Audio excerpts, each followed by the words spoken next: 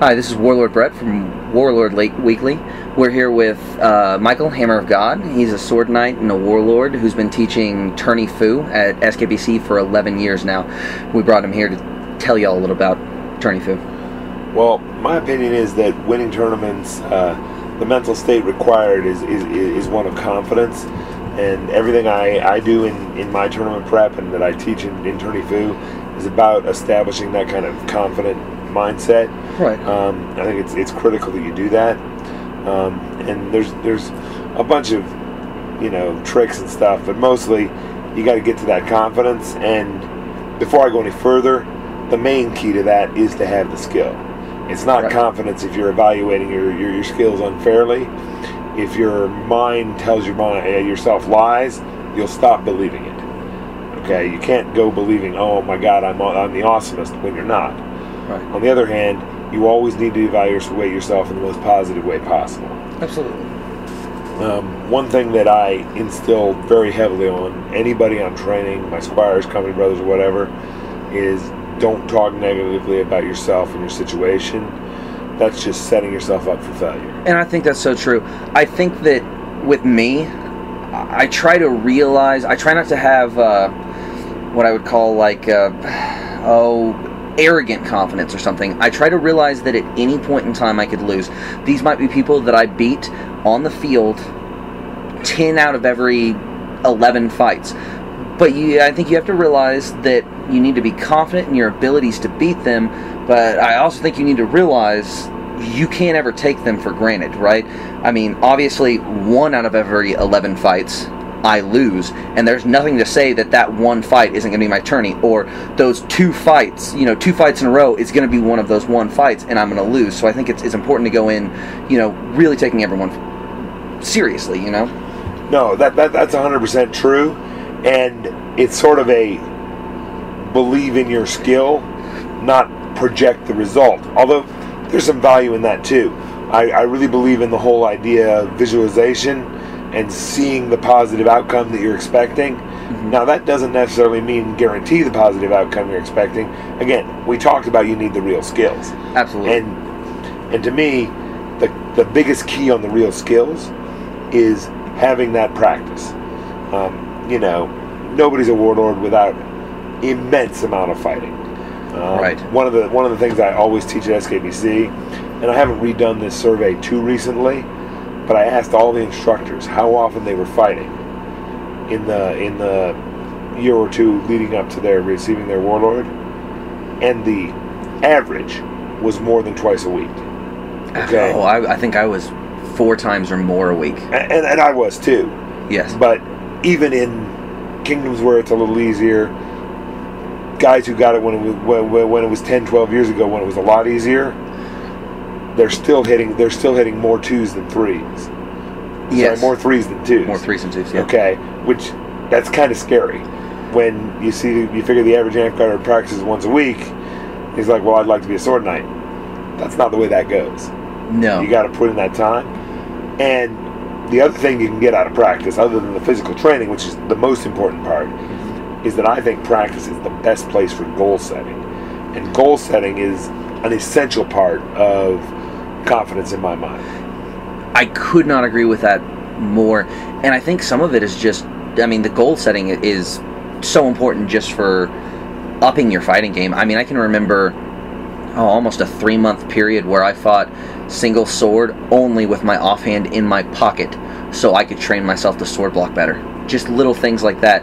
I fought for 2 months almost purely single sword left-handed. And maybe in the main battle game or something, or later in the ditch, but I would spend 1 to 2 hours a day fighting left-hand only. And it's sort of that, practice is goal setting, looking to develop the skills you need for the tournament, right? Absolutely. And to me, that's a perfect example of the best kinds of goals. Because I'm going to practice with my left hand 2 hours, 2 hours every day I'm out at amp card. Mm-hmm. That's a goal that's in your control. It's 100% in your control. Don't get me wrong, I believe in tourney goals, and I tell my guys, okay, you may not be quite ready to win this tournament, but you need to go in going, I must win a bracket. I'm better at board than these guys, and I'm going to go win board, or whatever it is. Absolutely. And you got to work through those tourney goals. but those are not 100% in your control, because let's be honest, sometimes you don't have your best day. Absolutely. Sometimes your car breaks down and you're busy fucking thinking about that, God knows what. Yes. And something I think is important to touch on what you're saying about confidence is the fact that, like, I guess to me, confidence doesn't necessarily mean there's no nerves. Like, you know, I talked to you about going into this interview about how I thought it might be interesting because, for instance, today was the biggest tournament in AmCard history, right? It's true. I took Congratulations, first, by the way. Yeah, thank you. I took first in it. I cannot tell you how much this tournament has been in my head for probably the last week, occasionally for the last 2 months, for the last week, and for the last probably 48 hours, because we had a 3-way tie that ended up having to be fought out today. For the last 48 hours, I have been on edge, adrenaline going, nervous as hell, just non-stop. When that tournament starts, my hand is just shaking. I can't stop it from shaking. And I think it's important for people to realize they think I'm so terrified, and that's what gets into my head. Well, you know, you can fight through that. There's tricks to it, right? And you know, you develop rules and stuff, and you can get through that. That's not uncommon, and that's not a show of how unconfident you are. That's just a realization that when pressure's on, I mean, that adrenaline gets flowing, and you get nervous. No, and confidence is how you harness that adrenaline, right? Right. That's how you make it work for you. When you drop onto the field, the chips are fucking down. How does that grip you? Think about when you're looking across at Bane or Monkey. Yes. And you know this is it, and you're just about to throw that first shot. How does that adrenaline trigger for you then? Yeah. Well, and that's the thing. And I find that when I first started, that adrenaline really messed me up. And what I had to do personally was I had to learn. I call it like a set of rules, basically.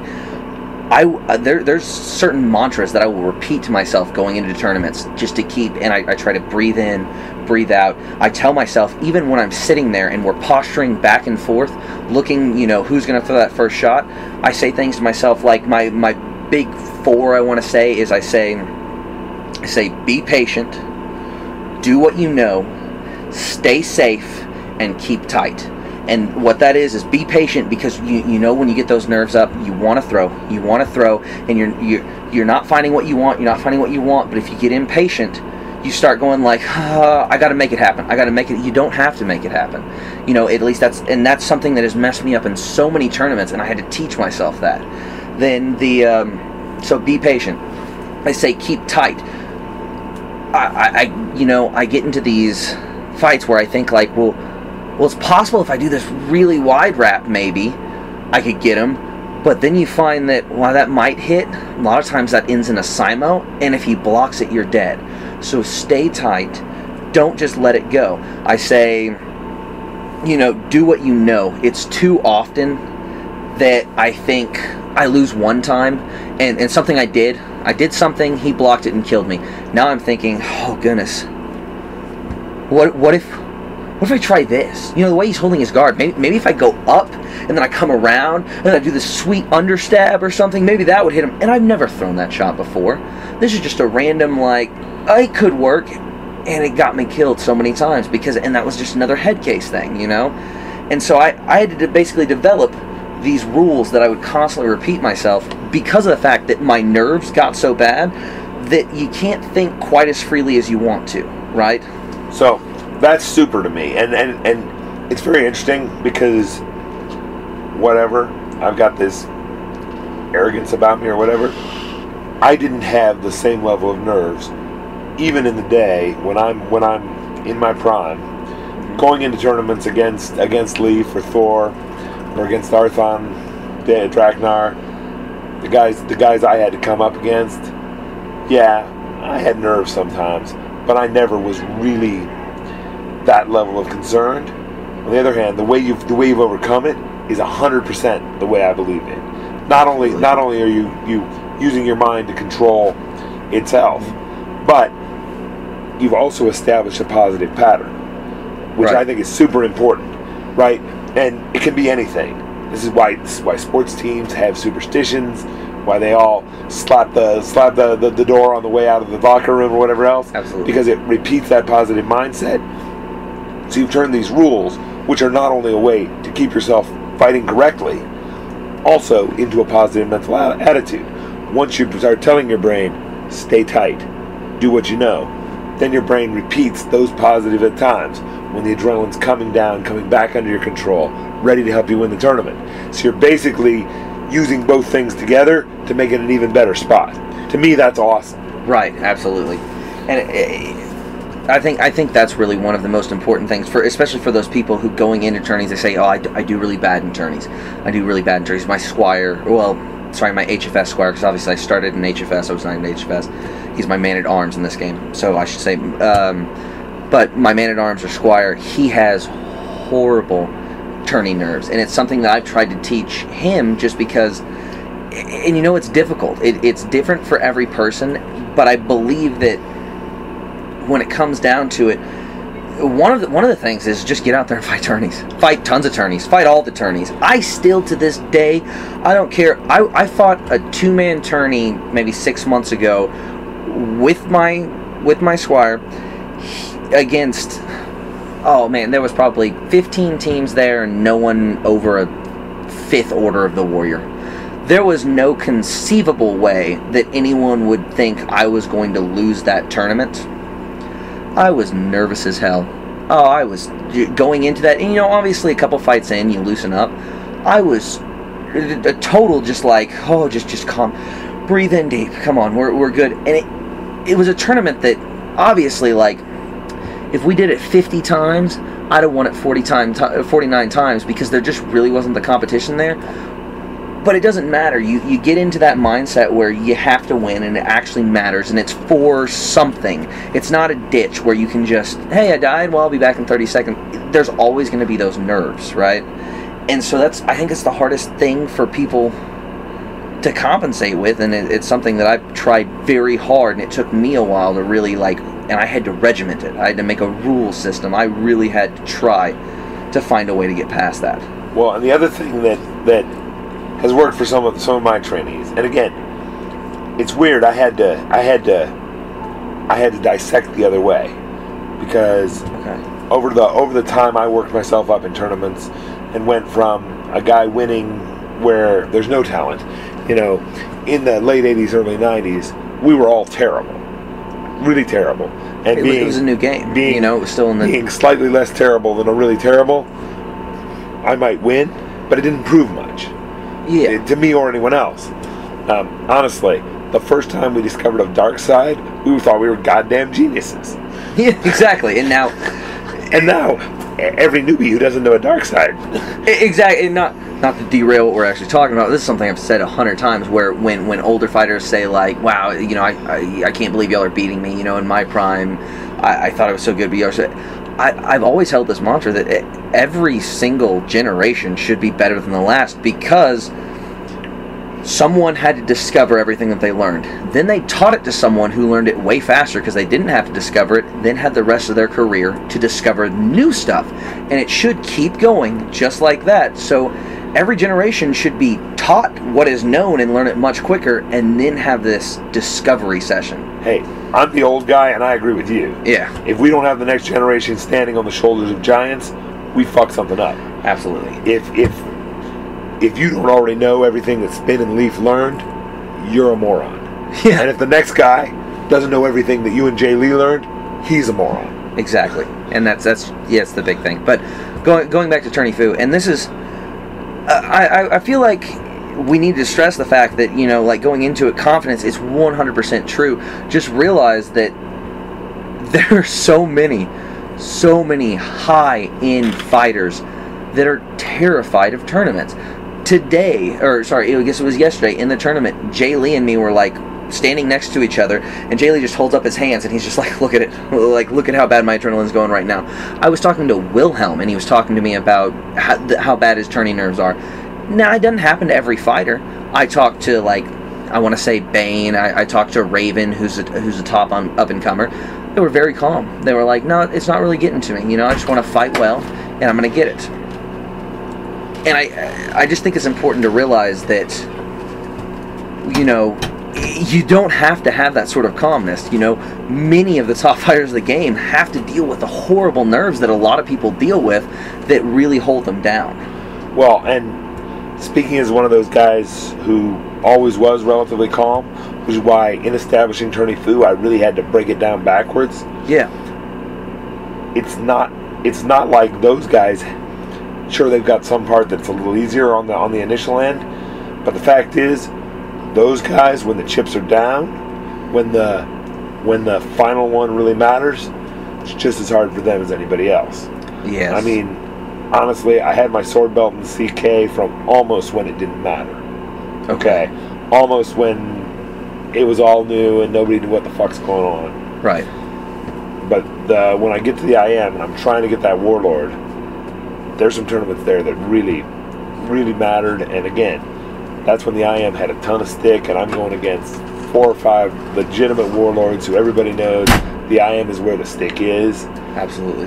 And here I am. I'm established. I got 4 or 5 CK tournament wins under my belt. I feel like I'm pretty good. I can put Arthon and Draknar in a hole occasionally. I'm like, all right, I'm pretty good. And I go into those IM tournaments like, oh my god, how do you do this? And the problem is, unlike you, I haven't already established all these rules. I got to rebuild it all. Right. Okay. And I'm not saying I didn't or I couldn't, but I wonder if Raven and Bane don't find that sometime down the line. I mean, that makes sense. I mean, there's no question that Raven and Bane right now are at the top of their game in their kingdom, right? And maybe when it comes down to it, or when it comes to going to different kingdom, you might be right. But at the same time, you're looking at Raven and Bane, who, you know, Bane, from a Texas standpoint, just judging the kingdom he got to, that would be considered a third world warlord. He's coming from basically a kingdom outside of Texas or the surrounding areas. You know, it might be bad, but that's sort of how Texas views it. You know, it's getting much less by the year. It's getting, the gap's closing fast, and what used to be a third world warlord is not what one is now. But you're still looking at someone like Bane, who today was fighting in the biggest tournament, or yesterday fighting in the biggest tournament in Vanguard history, fighting, I think there was, 12 to 15 warlords in that tournament? Yeah, about right. Exactly. And you're still having him walking in feeling confident, Raven walking in feeling confident. I think, and maybe you're right, because it's hard for me to tell because I've always been nervous. But I see people in a tournament this size, and they don't have their nerve just going. And it's kind of impressive, and I guess from a newer fighter standpoint, that was actually a little intimidating to me. Like, how can you not be nervous for this? But I guess I had to come to realize that it doesn't really matter. My adrenaline's going. Wait, adrenaline's what helps you do well. So I just need to harness that in the right way. I need to be able to make my mind work. The adrenaline and that feeling of like, oh goodness, that's not really hurting me except for my mind. And if I can establish ways of developing my mind to cope with that, then what's the issue? Oh, and that is so true. And you may be nervous. It may matter to you. But did you ever really worry? Worry is the wrong word. Did you ever really think through a future where you couldn't handle Monkey and Bane? This is what I told all of my friends. I said, I'm feeling pretty good because I feel like percentage-wise, I would win this. Of the three of us, I will win this more often than I will lose this. But that's not to say that I won't lose this a significant number of times. Like, it's not like, well, 95% of the time I'm going to win this. No, I think that of all of us, I had the highest percentage chance to win. And what I needed the big thing was just realize, just fight it out, stay calm, don't do something dumb. I trust my skills as long as I can keep in my head that I don't need to force anything. I don't need to get out there and do something foolish or, just let it happen. Pay attention. Just do what you know. And you have a better chance of winning this than either of them, probably. That makes sense. And it doesn't hurt, and I'm sure you know this. It doesn't hurt that you say do what you know, because you can be pretty sure you know a fair bit more than Bane and a reasonable bit more than Monkey. You practice more shots, you practice more often, you put in more time. Absolutely. And I don't want to take a shot at either Bane or Monkey, who both grind it out. They both put in lots of time. They do extremely well. It is hard to match the amount of effort that you and Jay Lee and Brennan can put in locally in fighter practices against some of the top guys. Is a huge advantage. Yeah, and I can't speak for Bane, but I know that I definitely practice more than Monkey does these days. You know, Monkey's just a wild card. Monkey, I always say he's the best flurb in the game. You just never know what Monkey's gonna do. He could pull anything out of his hat, and that's the big worry about him. You can't ever go in there and say like, okay, so I'm gonna keep tight because as long as I go here, he's probably gonna come over here, because he could go over here, or he could do like a backflip spinning uppercut or something just out of nowhere because he's weird. And then Bane, I met him at SKBC. This is the second time I've ever fought him, you know. So I have no idea how much he trains. What I know is that I fought many people that are just as good as him, and many warlords. I know that I have a skill set that is ready for whatever he throws at me, as long as I am in the right mindset to be ready for it, you know? Like, don't try to force something. I say that to myself all the time. Don't force anything. And that sounds to me like nervous maybe, but confident definitely. Yeah. That statement you just said. Absolutely. And that's why I think, coming back to the beginning, confidence is a big deal. And it might not be, and that's the not arrogance confidence. It's a confidence of saying, look, I can do this. I know I can do this, but I need to be in my head realizing that I don't force anything.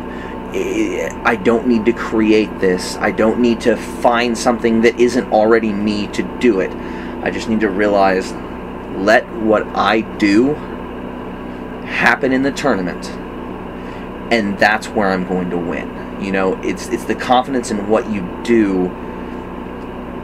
Exactly. I think it's all about confidence. But I just want to stress that how it's the difference between arrogant confidence and true confidence. Well, I want to say one more word about my view on arrogance, because Okay. I think I kind of hit on this, but it's so important to me because I get this question every year at SKBC, right? Well, confidence is all that matters. Why don't I just say I'm awesome? Right. Well, the deal is, confidence is a positively phrased, positive-minded, but realistic view of your abilities. Okay? Absolutely. It's not an unrealistic view of your abilities. It's not some other thing, but it's a positive review of what's actually there. Okay? Okay. So you fall into arrogance when you over-evaluate yourself, and then you'll get even more nervous, because when you lie to your mind believes you, it betrays you, and then you stop believing it. I couldn't agree with that more. And I think I can't disagree with it. I think you're totally right. It is about confidence, but it's about, it's confidence in what you can do, not untrue confidence. Not like a confidence of, well, I can beat anyone. Yeah, you can beat anyone, but we're kind of glazing over. Let's have confidence in your true ability. Realize what you can do, and just be confident that you can do what you can do in that tournament, just like you can do it on the ditch field. There isn't a difference. Too many people have this nervous, they perform so badly in tournaments, right? And this is a person I can do so well against. And I think it's just that fear and everything comes. You just need to be confident, but specifically about your true ability. Exactly. And I'm going to end on a personal anecdote about this, because I think it's not quite anecdote, personal evaluation on this, because I think it's interesting to hear from the older perspective. Absolutely. From a guy who's who's always had the confidence be relatively easy, and had to evaluate the other way when things got tough. If I were right now today to go into a tournament and see the name Brett pop up on my list, I'm going to understand your skills are a little higher than mine these days. A little is probably not true. There's probably a significant gap there. But the positive-minded attitude I'm going to take is, okay, Brett's very bright, but I've got tricks, maybe not many, but it only takes a couple, and I know which ones I want to use, and I'm going to look for those openings. I'm going to stay true to my game. I'm going to sucker him into a couple old man tricks, and this tournament's going to go away, and that's going to be the end of it. And I'm going to believe that I can do that. Not necessarily that I will. That's hard to say. But I'm going to look at what's a true analysis of what can go on here. And I'm not going to suddenly say, oh yeah, I'm going to win 9 out of 10 of these, because that would be arrogance. That would be untrue. Instead, I'm going to go, I can legitimately win 2 out of 10 of these, and I can make sure these are 2 of them. And I think that's perfect. I think that is just a wonderful mindset to go in with. And yeah, I can't argue with it at all. It's sort of what I go in doing. I look at people. I mean, even fighting Jay Lee in single sword. Jay Lee beat me in single sword today. Jay Lee is legitimately better than me at single sword. But I know that I can get kills on him. In fact, I can get regular kills on him. His are a little more regular than mine. But there's nothing going into that tournament that says that, say he beats me 7 out of 10 times, there is no reason to believe that 2 of those 3 that I win can't be 2 of the next 3 fights. So, alright. Well, thank you for talking to me, and I think this was good. Thank you, I really enjoyed it. Awesome.